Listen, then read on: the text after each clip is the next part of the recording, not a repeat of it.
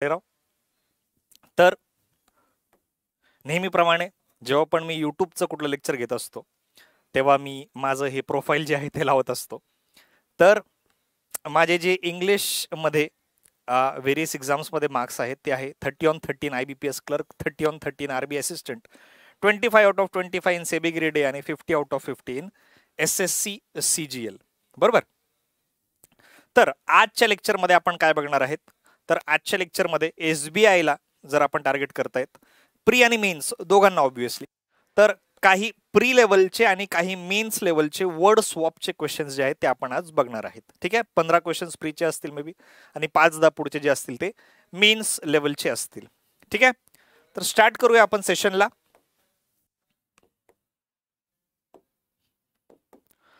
बघा, first question तुमच्या डोळ्यासमोर आहे.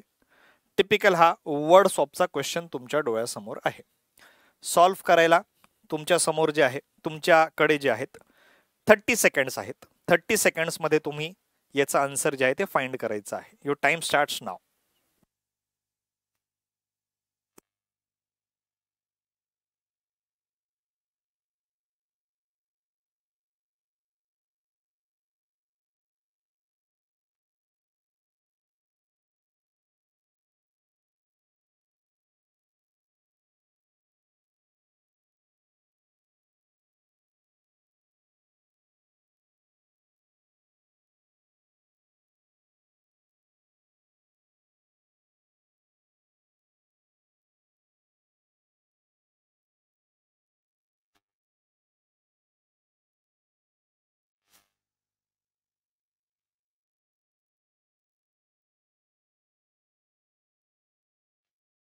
बघा मित्रांनो,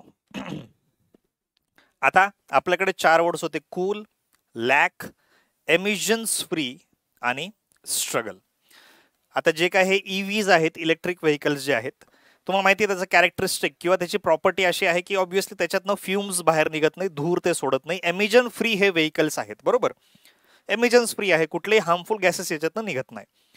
आणि दुसरं म्हणजे ऑटोनॉमस कार्स, ड्रायव्हरलेस कार्स, स्वतः कंट्रोल करतील. कार स्वतः कंट्रोल करेल स्वतःला. ब्रेक कधी मारायचा आहे, लेफ्ट कधी घ्यायचा आहे, राईट कधी घ्यायचा आहे, इंडिकेटर कधी द्यायचा आहे, सगळं जे आहे कार स्वतः डिसाईड करणार आहे. ऑटोनॉमस आहे, तुम्हाला आरामशीर बसून राहायचं आहे फक्त.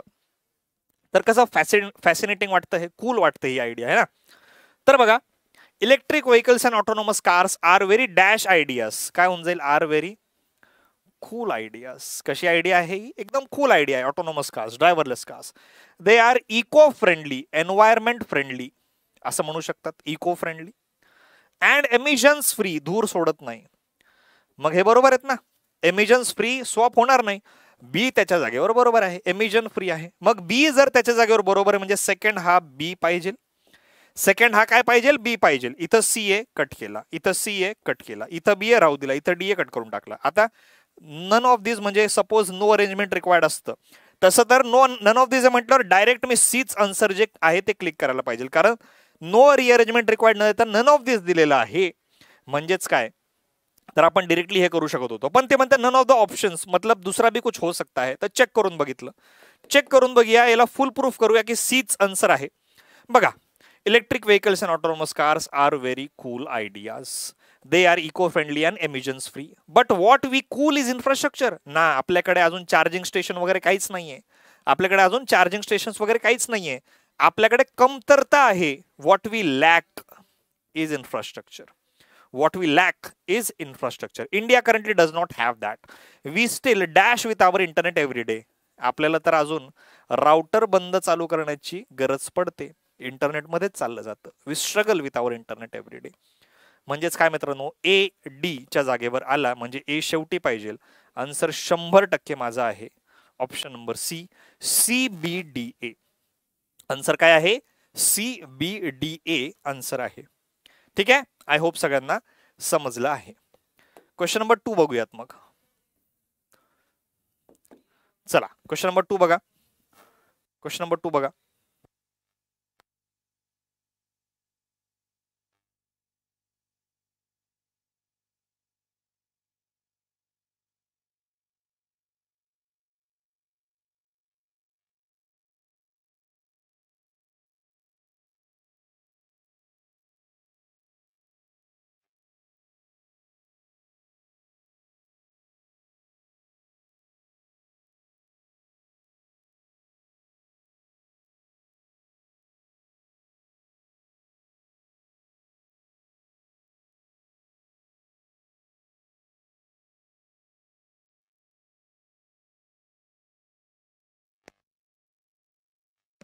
चला क्वेश्चन नंबर 2 आन्सर आलाय का बघा. आता पेडेस्ट्रियन्स म्हणजे काय? पायी चालणारे लोक, रस्त्यावर जे पायी चालतात त्याला पेडेस्ट्रियन्स असं म्हणतात. ठीक आहे, पेडेस्ट्रियन्स पायी चालणारे लोक. आता या सेंटेन्स मध्ये त्यांना म्हणायचं काय ते समजून घ्या आधी. ऑटोनॉमस कार, स्वतः डिसिजन घेईल कार, थांबायचं, जायचं, लेफ्ट घ्यायचा, राईट घ्यायचा, कुठल्या लेन मध्ये चालायचं. ऑटोनॉमस कार आहे, ड्रायव्हरलेस कार आहे, स्वतः जे आहे ठरवणार आहे काय करायचं आहे. मग आता बघा एक सिच्युएशन बघा. ही कार आहे आणि एक लहान मुलगा 4थी 5वीतला जे आहे रस्ता क्रॉस करतो आहे. ठीक आहे, त्याने काय बघितलं नाही लेफ्ट राईट, डायरेक्ट क्रॉस करू लागला तो. तर काय होईल? तुम्ही आरामशीर बसलेत, मागच्या सीटवर पेपर वाचतायत आणि कार जी आहे स्वतः कंट्रोल करते. कार स्वतःच्या कंट्रोलमध्ये, कोणाच्या दुसऱ्याच्या कंट्रोलमध्ये नाहीये. तर ऑब्वियसली बात आहे की कार जेव्हा इथं येईल तेव्हा कार अचानक ब्रेक मारेल. काय होईल? कार अचानक थांबून जाईल, है ना, ब्रेक मारेल कार. काय झालं मग या केसमध्ये? या मुलाला काहीच इजा झाली नाही. का? कारण ऑटोनॉमस कार आहे, कारने स्वतः ठरवलं ब्रेक मारायचं. ह्या तक तो बात ठीक आहे, काही प्रॉब्लेम नाही. मुलगा पण वाचला, तुम्हाला पण काहीच नाही झालं, तुम्ही मस्तपैकी छानपैकी पेपर वाचतायत. परंतु केस नंबर 2 अशी आहे मित्रांनो की जेव्हा हा मुलगा सेम परत क्रॉस करतोय न बघता आणि आता तुमच्या कारच्या मागे एकदम जवळ खूप मोठा ट्रक आहे, खूप मोठी ट्रक आहे. आता बघा केस नंबर 2 इंटरेस्टिंग आहे. आता कारने जर ब्रेक मारला अचानक तर गाडी तर थांबून जाईल, हे पोरगही वाचून जाईल. परंतु मालक जो बसलाय त्याला काहीतरी होऊन जाईल ना, कारण मागून ट्रकचा ब्रेक नाही लागला तर तुमचा मालकच मरून जाईल, कारचा ओनरच मरून जाईल, कारमध्ये बसलेले पॅसेंजर्स मरून जातील. मग अशा केसमध्ये जर ब्रेक मारला तर मालक मरून जाईल, ब्रेक नाही मारला तर हा मुलगा मरून जाईल. करायचं तर काय करायचं? हा एक प्रश्न आहे, एथिकल क्वेश्चन आहे. हा एक एथिकल इश्यू आहे की अशा केसमध्ये कारने कोणाला वाचवायचं? त्या मुलाला वाचवायचं का कारमध्ये बसलेल्या मालकाला वाचवायचं? हा एक एथिकल प्रश्न निर्माण होतो. तर याला गव्हर्नमेंटने आम्हाला सांगावं लागेल, गव्हर्नमेंटला सांगावं लागेल की ह्या केसमध्ये ऑटोनॉमस कार्सनी काय करायला पाहिजे. हे जे SOP असेल किंवा जे काही असेल गाईडलाईन्स हे गव्हर्नमेंटने द्यायला पाहिजे की अशा केसमध्ये काय करायला हवं ते. मग बघा, autonomous cars also pose ethical issues create होतात, especially in case of accidents. Who does the car protect? कारने कोणाला वाचवायचं? Who does the car protect? The passengers or the pedestrians? आतमध्ये बसलेल्या लोकांना वाचवायचं का त्या पायी चालणाऱ्या लोकांना वाचवायचं? The government will have to set its policies and priorities right first. गव्हर्नमेंटला पहिले सांगावं लागेल की बाबा प्रायोरिटी कोणाला द्यायची ते तुम्ही आम्हाला सांगा. मागून ट्रक येतोय, मालक मरून जाईल, ब्रेक मारला तर मुलगा वाचेल पण मालक मरेल, बरोबर? तर अशा केसमध्ये वाचवायचं तर वाचवायचं कोणाला? तर बघा प्रोटेक्ट काही स्वॉप होत नाही, म्हणजे सी तिसरा पाहिजे. कट. आता बघा या ऑप्शन मध्ये काहीतरी झोल आहे, पण बघा इश्यूज आणि प्रायोरिटीज स्वॉप झालेलं म्हणजे डी पहिले, डी दुसरं कुठं आहे? इथं. म्हणजे आन्सर काय आहे? ADCB. काय आन्सर? ADCB. आय होप सगळ्यांना समजलं आहे. ठीक आहे, चला मग बघा क्वेश्चन नंबर 3चं वर्ड स्वॉप बघा, ट्राय करा.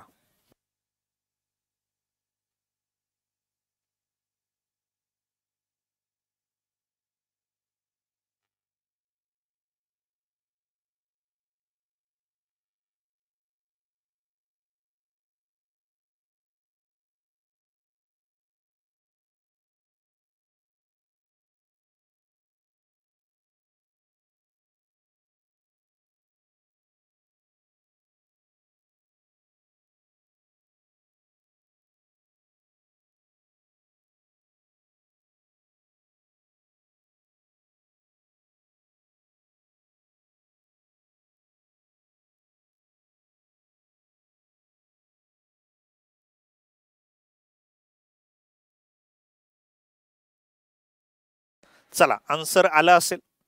270 million Jan Dhan accounts have been dash to mobile phone numbers. काय केलं असेल? ऑब्विसली लिंक केला असेल. Have been linked to mobile phone numbers and Aadhaar cards. बरोबर. पुढे subsidies given to the poor. आता सबसिडीजच देतात ना पुअरला, अजून काय देतात? म्हणजे बी बरोबर आहे त्याच्या जागेवर. बी काय स्वॉप होत नाही, बी दुसराच पाहिजे. कट केला, क्रॉस चेक करू. Reach their bank accounts directly. बरोबर आहे, reach their bank accounts, directly पोहोचतात त्यांच्या बँक अकाउंट्सला. रीच म्हणजे सी तिसरा पाहिजे. बरोबर तर आहे सी. बी दुसरा, सी तिसरा. The government dash 30 million transactions authenticates म्हणजेच आन्सर हे 100% DBCA आहे. आन्सर काय आहे? 100% DBCA असं आहे. बरोबर. चला क्वेश्चन नंबर 4 बघा.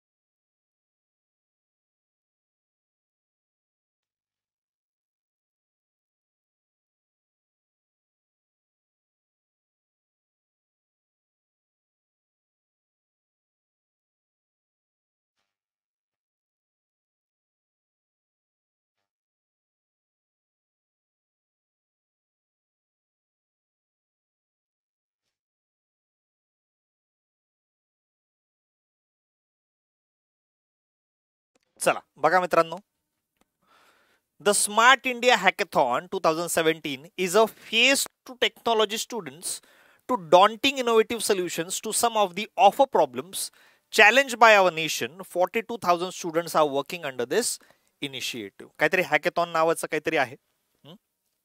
आणि काय होतंय, त्यांना काहीतरी प्रॉब्लेम दिलाय, तुम्ही सॉल्व्ह करा या प्रॉब्लेमला. बरोबर. मग सोल्युशन्स हे दिले जातात, ते लोक, ते 42,000 पोरं सोल्युशन्स देतील. टू नंतर V1 लागतो मित्रांनो. चॅलेंज नाही, डॉन्टिंग नाही, फेस नाही, ऑफर सोल्युशन्स. ऑफर करा, सोल्युशन द्या. टू ऑफर सोल्युशन्स म्हणजे सी दुसरा पाहिजे. Cut cut cut cut. Answer हे 100% DCBAच आहे. आन्सर हे 100% काय आहे? DCBAच आहे. 2+V1 चा कन्सेप्ट लावला. To offer solutions. Cross check करून बघू सी आन्सर येतं का, DCBA आन्सर येतं का. The Smart India Hackathon is a dash to technology students. Challenge आहे त्यांच्यासाठी. हे जे हॅकेथॉन आहे त्यांच्यासाठी काय आहे? चॅलेंज आहे. To technology students to dash to offer solutions to some of the dash problems. मोठे problems, daunting problems, dash by our nation, faced by our nation. आपले जे नेशन प्रॉब्लेम्स फेस करत आहे, problems faced by our nation. तसंही आपलं answer काय आलं? DCBAच आलेलं आहे. काय आलेलं आहे? DCBAच आलेलं आहे. टू नंतर V1 ऑफर सोल्युशन्स. DCBA याचा आन्सर आहे. आय होप सगळ्यांना समजलं आहे. क्वेश्चन नंबर 5 बघा.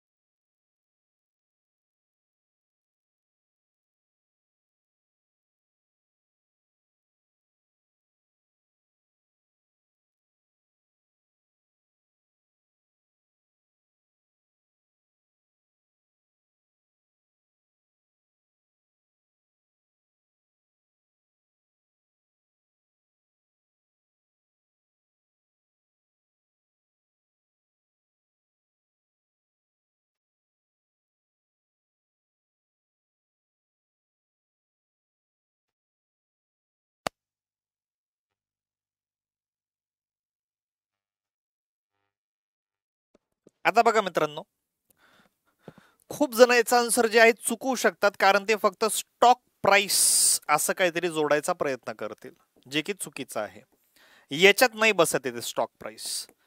आता टू अंडरस्टँड सिच्युएशन, सिच्युएशनला पूर्ण बारकाईने समजून घेण्यासाठी इंग्लिशमध्ये एक फ्रेज आहे, to take stock of the situation. To take stock of the situation, पूर्ण सिच्युएशनला नीट समजून घेण्यासाठी to take stock of the situation अशी एक म्हण आहे इंग्लिशमध्ये. हे लक्षात ठेवा, हे लक्षात ठेवा. मग जर to take stock of the situation असं म्हटलं जातं, म्हणजेच काय, तर डी काय स्वॉप होत नाही. Take stock of the entire situation, D swap होत नाही, म्हणजे डी हा शेवटीच पाहिजे. लक्षात ठेवा, डी हा शेवटीच पाहिजे. म्हणजे नो करेक्शन रिक्वायर्ड दिलं तर ए बी सी डी वाला डी शेवटी पाहिजे असू शकतो, हा असू शकतो आणि हा असू शकतो. कट केला हा, कट केला हा. आन्सर एकतर ए आहे, एकतर सी आहे, किंवा आन्सर ई आहे, कारण डी हा शेवटी पाहिजे. मग बघूयात काय आहे पुढे. आता क्वेश्चन, वर्ड्सचे मिनिंग तुम्हाला माहित पाहिजे. स्क्वॉन्डरिंग, वेस्टिंग म्हणू शकतात. वेस्टिंग, स्क्वॉन्डरिंग, स्क्वॉन्डरिंग मनी, पैसे असे उधळणे, वेस्ट करणे, पैसे विचार न करता खर्च करणे, स्क्वॉन्डर करणे. ठीक आहे, काही वेस्ट केलं म्हणजे तुम्ही स्क्वॉन्डर केलं. फ्युटाईल म्हणजे व्यर्थ, फ्युटाईल म्हणजे व्यर्थ, है ना. It is futile to run after the ball. जर तुम्हाला माहिती की बॉल बाउंड्री पर्यंत पोहोचणारच आहे, कशाला धावतो मग, एनर्जी कशाला वेस्ट करतो. बॉल बॉयला सांग फेकायला तो ball. It is futile to run after the ball, व्यर्थ. ठीक आहे. रेकलेस, आता बघा रेकलेस, याला कंटेक्स्ट समजू. रेकलेस ड्रायव्हिंग मुळे त्याचा ऍक्सिडेंट झाला. रेकलेस ड्रायव्हिंग, केअरलेसली म्हणू शकता, थोडस विचार न करता, एकदम रागात असेल, रागामध्ये गाडी चालवता, रेकलेस ड्रायव्हिंग करत होता, है ना, समजदारी नव्हता ड्राईव्ह करत, रेकलेस ड्रायव्हिंग तसं म्हणू शकतात.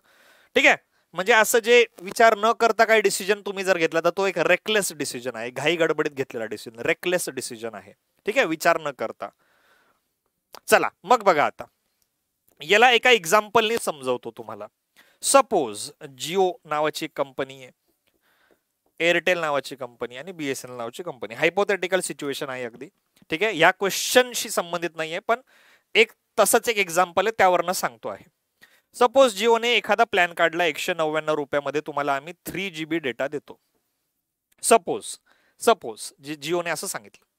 लगेच एअरटेलवाले काय म्हणतील, आम्ही 149 रुपयाला देतो, चला सेम प्लॅन. लगेच बीएसएनएल काय म्हणतील, बरं आम्ही 99 रुपयाला देतो हाच प्लॅन, आम्ही लगेच 99 रुपयाला देतो, असं ते म्हणतील. सपोज. मग बघा काय झालं, प्राइस कॉम्पिटिशन चालू झालेली आहे, प्राइस कॉम्पिटिशन चालू झालेली आहे, बरोबर. विचार न करता काही, फक्त कस्टमर आम्हाला जमा करायचे आहे. ठीक आहे, किती पैसा लागतोय, काय लॉस होतोय, काय प्रॉफिट होतोय आम्हाला काय माहित नाही, आम्हाला कस्टमर जमा करायचे, तर आम्ही 99 रुपयाला देतो. रेकलेस डिसिजन आहे, थोडंसं रेकलेस प्राइस कॉम्पिटिशन आहे, रेकलेस, न विचार करता. मग ते ऑप्टिक फायबर टाकायला, खड्डा खदायला किती पैसा लागला, किती लोकांचं मेहनत लागली, श्रम लागला, हा टॉवरचं रेंट किती किती भरावे लागतंय, नाही, आम्हाला फक्त कस्टमर आमच्याकडे वळवायचे आहे. आम्ही जे आहे एकदम रेकलेस प्राइस कॉम्पिटिशन मध्ये इन्व्हॉल्व्ह होऊन जाणार आहे, आम्हाला बाकीच्याशी काही देणं घेणं नाही.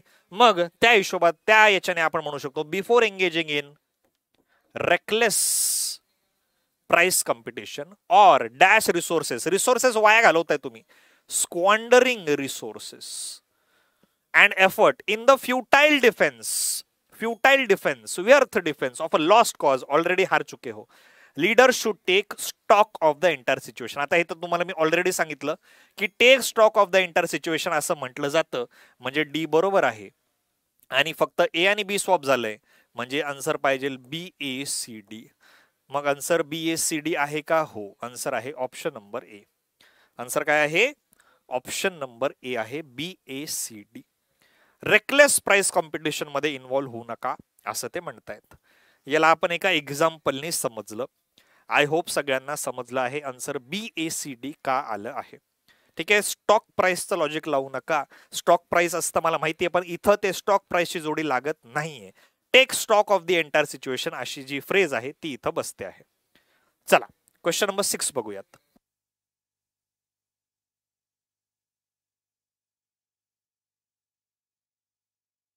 चला try question number 6. Try question number 6.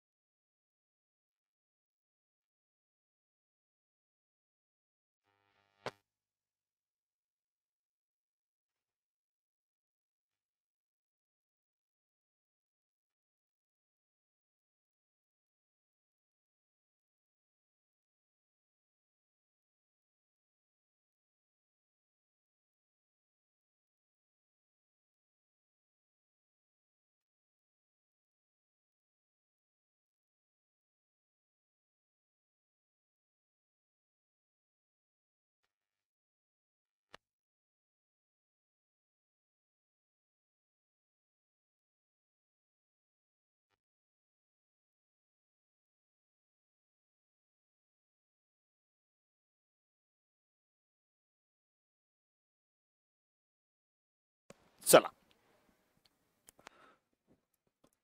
बघा मित्रांनो, आता तुम्ही कुठले जे असतात सॅड मूवीज असतील, इमोशनल मूवीज जे असतात, कभी खुशी कभी गम टाइप्स, तर ते पिक्चर बघताना नेहमी डोळ्यातनं आसू येतात.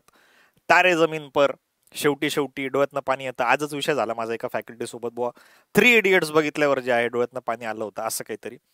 तर मूवीज बघताना तुम्हाला माहिती आहे की समोर ड्रामा करतायत लोक, तरी सुद्धा तुम्ही हसतात किंवा रडतात, बरोबर?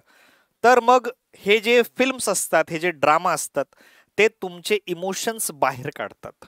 मग इमोशन्स जे आपले बाहेर निघतात त्यासाठी इंग्लिशमध्ये शब्द आहे इवोक. हे काय करतात? आपले फिलिंग्स इवोक करतात. काय करतात? इवोक करतात. असे फिल्म्स आपले फिलिंग्स इवोक करतात. तसंच स्पोर्ट्स आहे.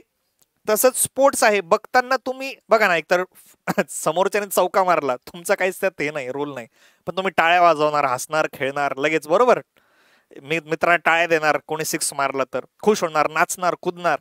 तर तुमचा हॅपीनेस बाहेर येतो आहे. जसं सॅडनेस बाहेर आला तसं हॅपीनेस बाहेर येतो. इवोक करतायत फिलिंग्स.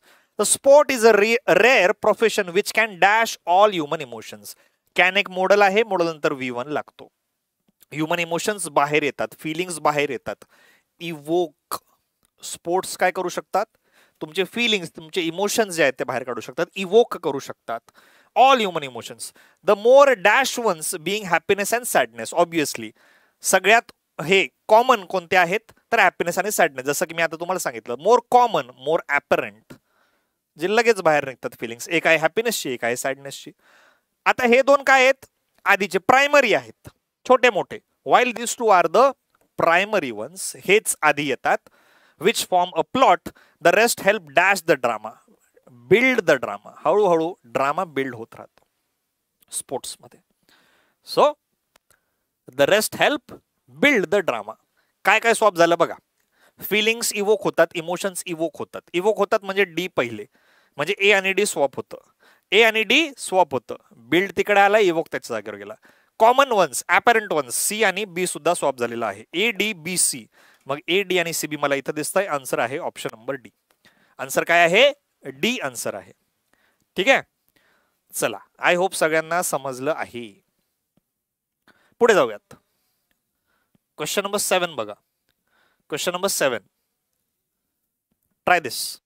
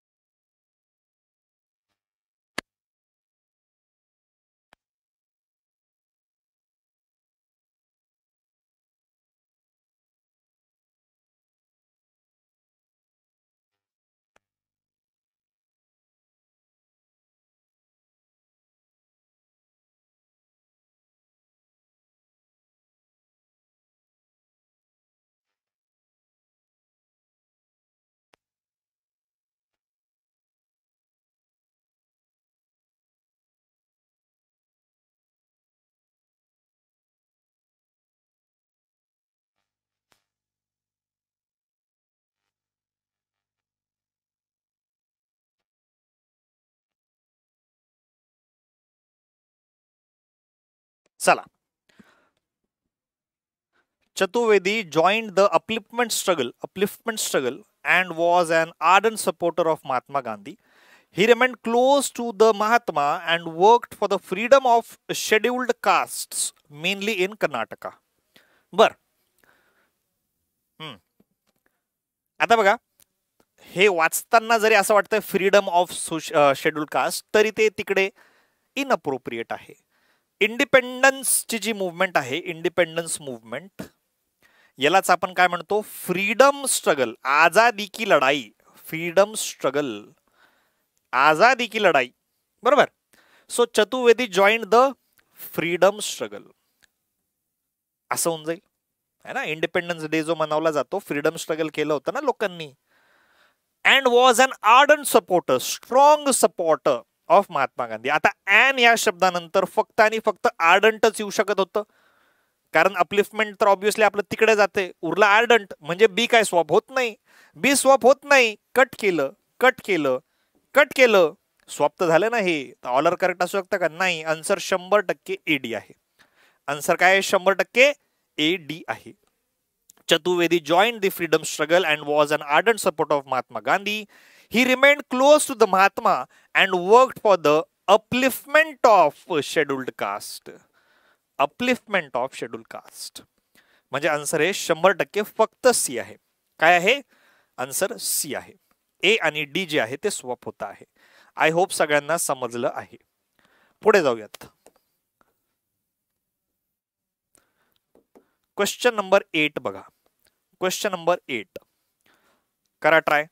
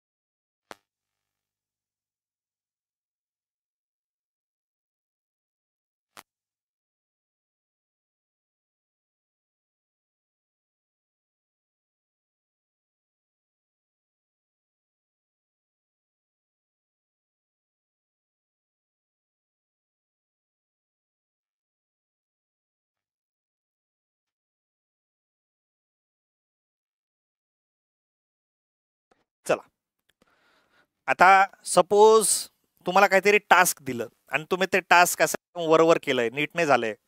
हा, तर त्याला तुम्हाला शॉडी वर्क आहे. कसं आहे? शॉडी आहे. कधी तुटू शकतं. तुम्हाला काहीतरी मॉडेल बनवायला लावलं टीचरने, हा, आणि तुम्ही असंच वरवर काहीतरी थातूर माथूर करून टाकलं, ते कधी तुटू शकतं. शॉडी आहे. हा, इम्प्रॉपर आहे, not in a good condition आहे, शॉडी आहे. ठीक आहे. चला मग बघा. A dash discussion took place between the ruling party and opposition members over the issue of dash of a Nagunahalli road. As many as 65 people have been killed and several injured in accidents on this stretch due to dash works.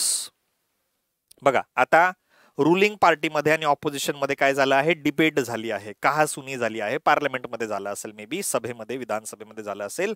तर नेहमी लक्षात ठेवा मित्रांनो, जेव्हा पण कुठली तरी argument होते, ठीक आहे, भांडण होतं शाब्दिक, त्याला म्हणतात हीटेड आर्ग्युमेंट. कशी आर्ग्युमेंट असते? हीटेड आर्ग्युमेंट असते. ठीक आहे. जब बहस होती है, बहसला हीटेड आर्ग्युमेंट असं म्हणू शकतात तुम्ही.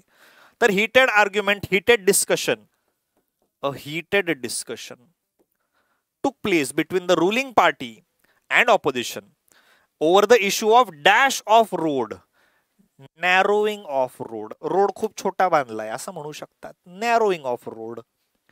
As many as 65 people have been killed and several injured. खूप सारे 65 मेले आणि खूप सारे इंजर्ड झाले. बरोबर आहे ना?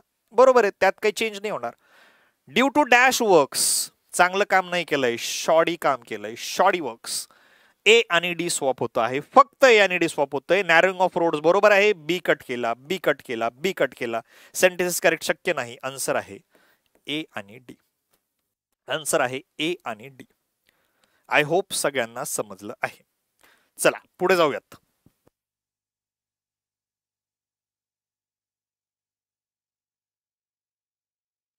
Try question number 9. Try question number 9.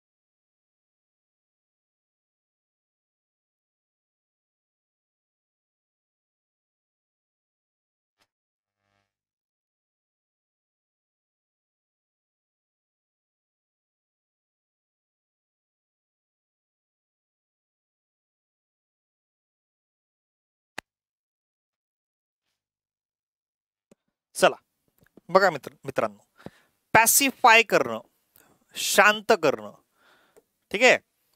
मेडिएशन करून जरासं जे आहे, मेडिएशन करून, इंटरव्हीन करून दोन पार्टीला शांत बसा असं जे म्हणतात त्याला पॅसिफाय करणं म्हणतात, शांत करणे. ठीक आहे, मॅटरला थोडंसं शांत करणे. A war of dash took place. A war of words, शाब्दिक भांडण. A war of words took place between both the parties over this issue. इशूवर भांडण केलं त्यांनी एका. फॉर हाफ एन आवर, अर्धा तास. फायनली द मेयरने हस्तक्षेप केला, intervened. The mayor intervened and pacified the agitating members. भांडणाऱ्या मेंबर्सला शांत केलं है ना. इंटरव्हीन केलं, हस्तक्षेप घेतला त्याने आणि शांत केला मॅटर. मग बघा, war of words, B A, pacify interview C D, B A C D. मग बी ए सी डी असं पाहिजे ना, का घ्या. अच्छा, फक्त स्वॉप नाही, याच्यात रिअरेंजमेंट पण आहे. म्हणजे a war of words, this issue, intervene तिकडे, आणि मग B A D C. Answer आहे ऑप्शन नंबर सी.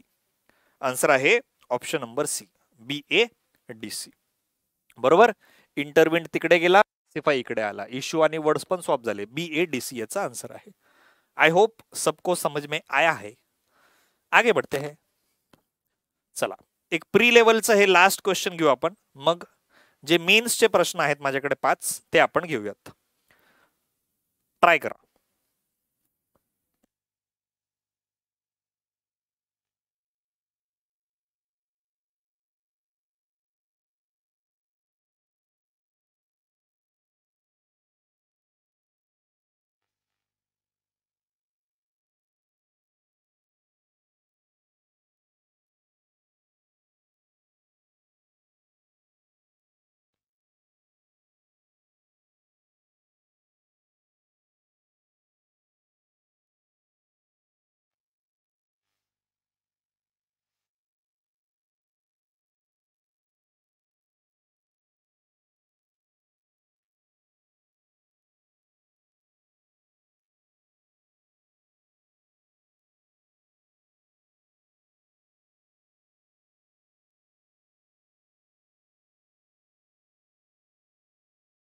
बघा मित्रांनो, आता लॉपसाइडेड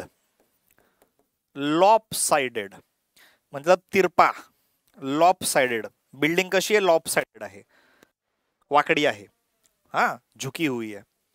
तसं या कंटेक्स्ट मध्ये एक तर्फी झाली मॅच, एकाकडनं झुकलेली आहे मॅच की हेच जिंकतील 100%, असं याला यूज करू शकता तुम्ही. लॉप साइडेड है ना, एका साइडून झुकलेली आहे मॅच की हेच जिंकतील 100%. ठीक आहे. दुसरा आहे क्रूज्ड, आरामशीर सफर, ट्रॅव्हल करणं. हिंदी वाला सफर बोल रहा था मैं. आरामशीर ट्रॅव्हल करणं त्याला म्हणतात क्रूज, है ना. आता पुण्याला गेलो, एकदम आरामात गेलो, क्रूज करत गेलो, है ना, 40-50 स्पीडने आरामात गेलो. नजारे देख देख के क्रूजिंग कर रहे थे हम लोग. ठीक आहे. आता हे आहे पोल्ट्री. आता हे तुम्ही ते पोल्ट्री समजतात ते मला पोल्ट्री नाही बरं का, कोंबड्यांचं. पोल्ट्री, पोल्ट्री म्हणजे कमी, स्मॉल. Poultry small. क्रूज आरामात प्रवास करणे. लॉपसाइडेड तिरप, वाकडं, एकतर्फा असंही म्हणू शकतात.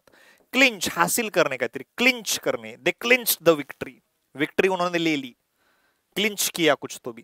हा बघा मग आता, BEML recreation club dash to a commanding 9 wicket win. आरामात गेले, क्रूज करत आरामात जिंकले एकदम. Cruise to a commanding 9 wicket win over Karnataka postal sports. क्रिकेटची मॅच वगैरे काहीतरी चालू असेल. ठीक आहे. ह्या टीम मध्ये आणि त्या टीम मध्ये, KSCA मध्ये. ठीक आहे. To dash the KSCA group 2 division 3 league title. जिंकले, हे टायटल जिंकलेत ते. ही लीग फायनल जिंकलेत ते, ही टायटल जिंकलेत. टू क्लिंच, टू नंतर V1, to clinch the title. To clinch the title, हे पुढचं कट केलं तरी चालेल, काहीच कामाचं नाही. टू डॅश द हे सगळं कट कट, काहीच कामाचं नाही माझ्या हे. To dash the title, title म्हणजे इकडे ते हेडिंग नाही बरं का. टायटल म्हणजे ते जे स्पर्धा आहे, तिचं कप आहे, ते जिंकले, ते जिंकले मॅच, टायटल फायनल जिंकले. To clinch the title. In a dash encounter, in a एकतर्फा, lopsided encounter, the BEML bowlers ran through the postal batting lineup, bowling them out for a small, very small 85 in 22.5 overs. फक्त 85 केले. Meagre, poultry, small 85 म्हणजे स्मॉलचा समानार्थी आपण poultry. म्हणजे बी आणि D swap झालं. बी शेवटी पाहिजे, बी शेवटी पाहिजे, तर हे येईल का नाही, हे येईल का नाही, हे नाही, हे नाही. आन्सर आहे ADCB. आन्सर आहे ADCB. बरोबर. आरामात जिंकले ते, क्रूज करत गेले विक्ट्री पर्यंत, क्लिंच केलं टायटल एकतर्फा मुकाबल्यामध्ये, कारण समोरच्यांनी फक्त 85 स्मॉल पॉल्ट्री 85 रन्सच बनवले होते, म्हणून त्यांनी आरामात केले बाकीचे रन्स. चला, आय होप सगळ्यांना समजलं आहे. आन्सर काय आहे, ADCB असं आहे. ऑप्शन नंबर बी, ऑप्शन नंबर बी. ठीक आहे. चला, तर आपण काय करूया आता, काही एकदम टफ लेवलचे किंवा मेन्स लेवलचे जे टिपिकल क्वेश्चन्स असतात ते बघूयात. ही PDF मी तुम्हाला पाठवून देईल. बाकीचे क्वेश्चन्स तुम्ही होमवर्कला घ्यायचे आहेत. काय करायचे आहेत, होमवर्कला घ्यायचे आहेत. सोल्युशन्स मी सांगेल पुढच्या लेक्चरमध्ये. चला, ट्राय दिस क्वेश्चन. टाइम जास्त देतो, 2 मिनिटं देतो.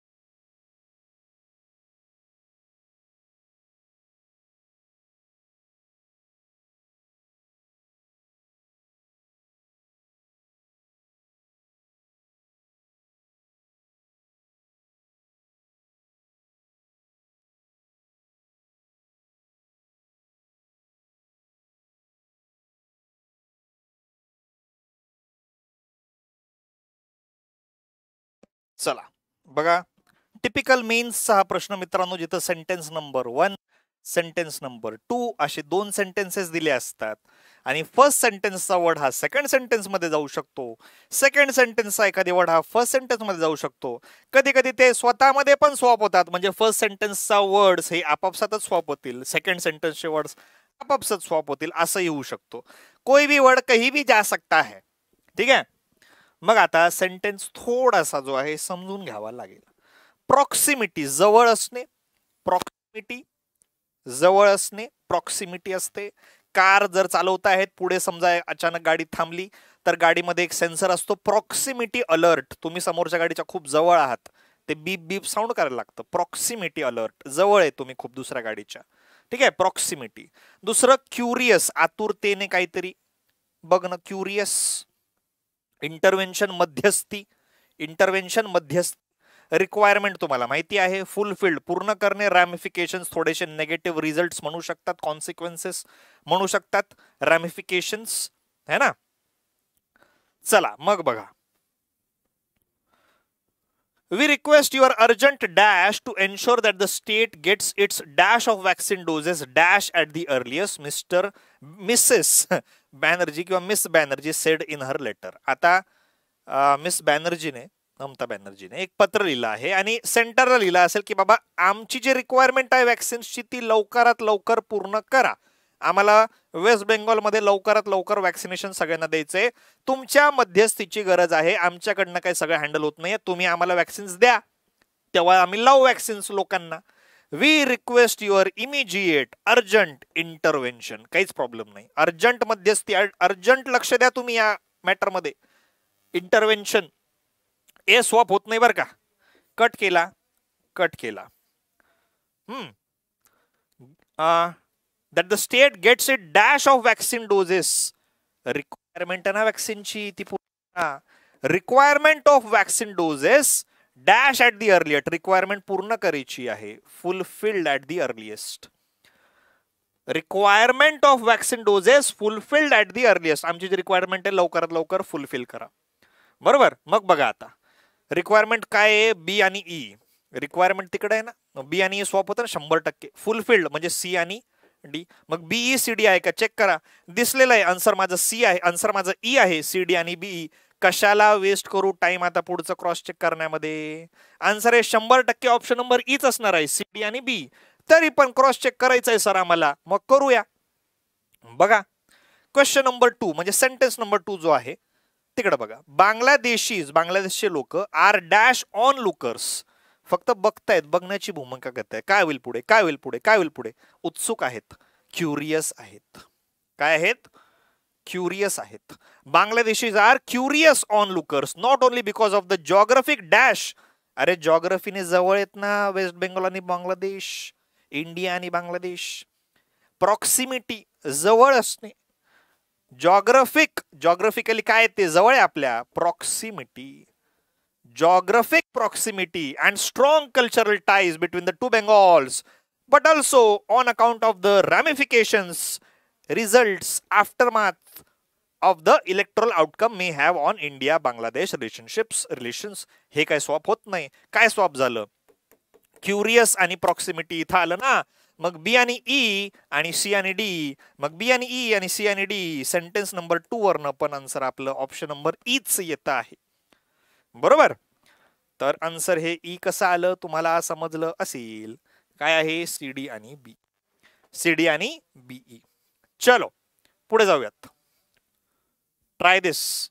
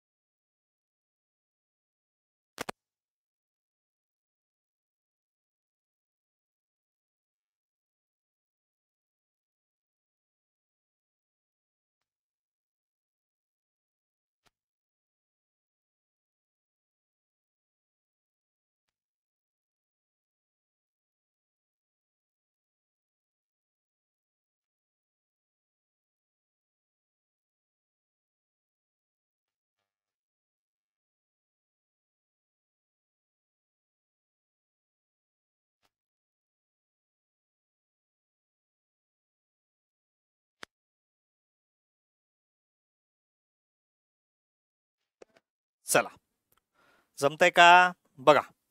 आता सपोज एक स्टेडियम आहे ज्याच्यात फक्त 1 लाख ऑडियन्स मेंबर्स जे आहेत ते मावू शकतात. 1 लाख लोक त्या ग्राउंडवर सपोज त्या स्टेडियमच्या खुर्च्यांवर बसू शकतात, परंतु आले 2 लाख लोक.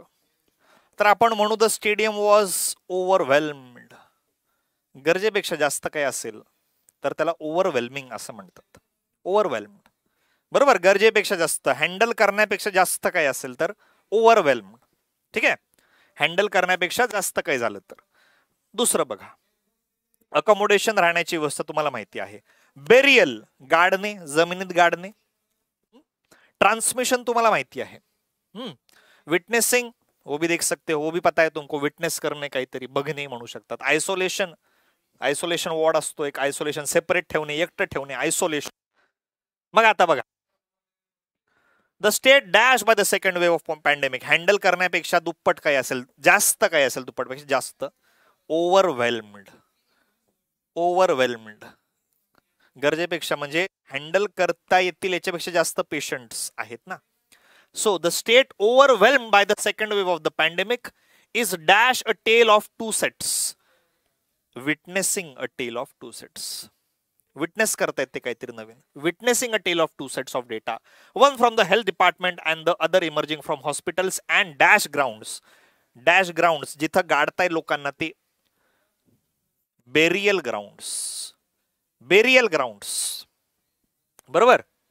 त्यांना 2 प्रकारचे डेटा येतात. एक तर हॉस्पिटलचा डेटा, आज किती पेशंट आहे, हा. दुसरं बेरियल ग्राउंड्स मध्ये रिपोर्ट येत आहे, आज इतक्या लोकांचा आम्ही अंतिम संस्कार केला, एवढ्या लोकांना गाडलं. हा, हॉस्पिटलवाले म्हणताय बाबा आज 100 पेशंट आले. हे बेरियल ग्राउंड्स वाले म्हणतात बाबा आज 70 लोक आम्ही मुर्द्यांना आम्ही गाडलं आज. 2 प्रकारचे डेटा येत आहेत त्यांच्या समोर. During their posting in dash wards. कसे वॉर्ड्स? Isolation wards. हॉस्पिटलमध्ये असतात बघा isolation wards. And during their quarantine dash was provided. Dash was provided to prevent the dash of infection. Infection पसरायला नको.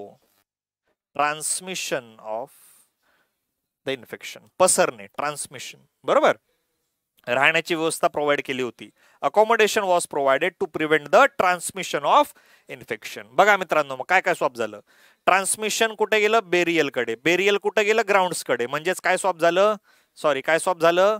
सी आणि एफ स्वॅप झालं ना. बघा, बेरियल ग्राउंड्स, बेरियल तिकडे गेलं. ट्रान्समिशन ऑफ इन्फेक्शन, एफ आणि सी, म्हणजे सी एफ स्वॅप झालंय. शोधा सी एफ. नाहीये, नाहीये, नाहीये, नाहीये. इथं आहे आन्सर, माझं ए आहे. आन्सर काय आहे? ए आहे. ए आणि डी तर तसं पण स्वॅप झालं होतं आपलं. स्टेट इज ओव्हरवेल्म्ड, आयसोलेशन वॉर्ड्स, ए आणि डी. म्हणजे एडी पण स्वॅप झाला आणि सीएफ पण स्वॅप झाला, बरोबर. आय होप सगळ्यांना समजलं आहे. क्वेश्चन नंबर 7चा आन्सर हे ऑप्शन नंबर ए कसं काय आलं आहे. चला, क्वेश्चन नंबर 8 बघा. क्वेश्चन नंबर 8 बघा. Try this question. Try this question.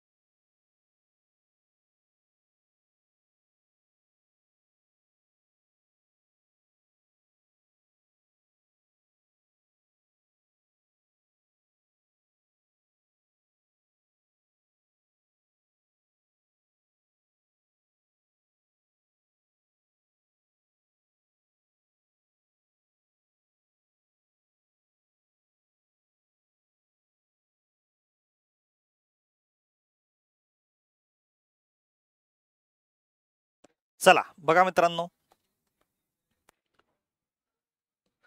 fatty liver is dash becoming more dash and people must dash to proper diet and periodic health checks to prevent it, said T.S. Chandrasekhar. The government directed him to give an explanation for the derogatory comment and dash he made against the officers investigating the irregularities dash committed by him in the procurement of aerostat and unmanned aerial vehicles for the police department. बर,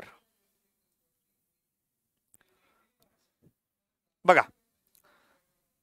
आता fatty liver हा जो आजार आहे तो काय होतोय, हळूहळू वाढत चाललाय, कॉमन होत चाललाय, वाढत चाललाय, पसरत चाललाय. मग fatty liver is dash becoming, वर्बच्या लेफ्ट साइडला LY, पण ॲलिजेडली तर मी काय सांगितलं होतं, क्राईम वगैरे काय असेल त्याच्या आधी ॲलिजेडली हा शब्द लागतो. Fatty liver is increasingly becoming, वाढत चाललंय. Fatty liver is increasingly becoming more common, more prevalent, common होत चाललंय, जास्त होत चाललंय, वाढत चाललंय. Fatty liver is increasingly becoming more prevalent and people must adhere to, follow, adhere नंतर नेहमी टू लागतो, adhere नंतर नेहमी टू लागतो, follow proper diet, follow proper diet, adhere नंतर टू लागतो. सी काय स्वॅप होत नाही, कट केला, कट केला, कट केला, 3 ऑप्शन तर जागेवर उडाले फिक्स प्रिपोजिशन्स या कन्सेप्टवर. adhere टू, फॉलो करा, proper diet and periodic health checks to prevent it. आता बघा इन्क्रीजिंगली म्हणजे ए आणि ई स्वॅप झालेला आहे, आपल्याकडे लिमिटेड ऑप्शन आहेत ऑलरेडी. अरे मग आन्सर सी आहे ना, आन्सर आहे ऑप्शन नंबर सी, AE आणि BD, AE आणि BD. बघा बघा फॅटी लिव्हर आयदर नंतर टू लागतो, चला सी कट केला, हे पहिले उडून टाका, 3 ऑप्शन उडाले. पुढे he made against the officers investigating the irregularities dash committed by him. नेहमी लक्षात ठेवा, क्राईम वगैरेच्या लेफ्ट साइडला allegedly हा शब्द लागतो, allegedly committed by him. वर्बच्या लेफ्ट साइडला LY चा शब्द. allegedly कुठं होता, इथं. ए आणि ई स्वॅप झाला की नाही, झाला, म्हणजे परत तेच. आन्सर आहे ऑप्शन नंबर सी, बरोबर. दुसरं काय, बी आणि डी, मोर डॅश, प्रिव्हॅलंट तिकडे गेला, कमेंट्स अँड ॲक्युजेशन्स, आरोप, आरोप, तर दोन्ही साइड आन्सर आपलं काय येत होतं, सीच येत होतं. आन्सर काय होतं, सीच येत होतं. आन्सर आहे ऑप्शन नंबर सी. काय आन्सर, ऑप्शन नंबर सी आहे. ठीक आहे, चला पुढचे जे क्वेश्चन्स उरले आहेत स्लाइड नंबर 1 आणि स्लाइड नंबर 2 चे, हे आपण पुढच्या लेक्चर मध्ये बघणार आहेत. ठीक आहे, चलो, thanks for watching, see you next time, bye bye.